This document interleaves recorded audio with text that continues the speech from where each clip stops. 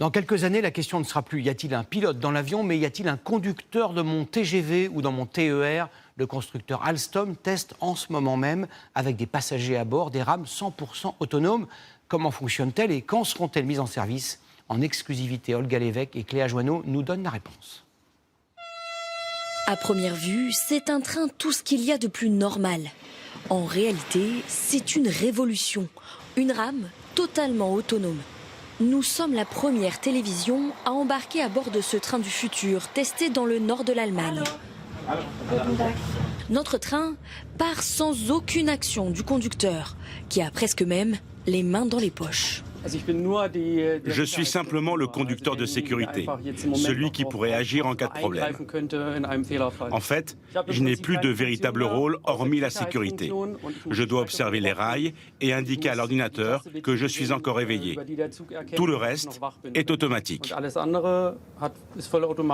Automatiser les lignes régionales, l'Allemagne y voit la solution pour remplacer les 10 000 cheminots qui prendront leur retraite d'ici 10 ans. À terme, il n'y aura plus aucun conducteur à bord des trains. Ce système de perception de l'environnement fait ce que normalement le conducteur fait. Comment cela fonctionne? Est-ce vraiment sécurisé pour les passagers? Tout se passe à l'extérieur de la rame. Ce qu'on a fait avec ce train, on a intégré un système de perception des obstacles. Ces radars, ils vont détecter s'il y a un obstacle. L'ordinateur va décider si c'est urgent, par exemple, de freiner ou d'accélérer. Un système installable sur des trains déjà existants. Pas besoin de véhicules neufs. Mais que se passe-t-il en cas de panne ou si le dispositif de contrôle du train ne répond plus? Je mets les gaz, le train avance.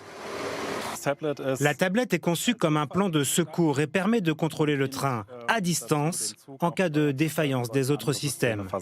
La législation n'autorise pas encore la circulation de ces rames.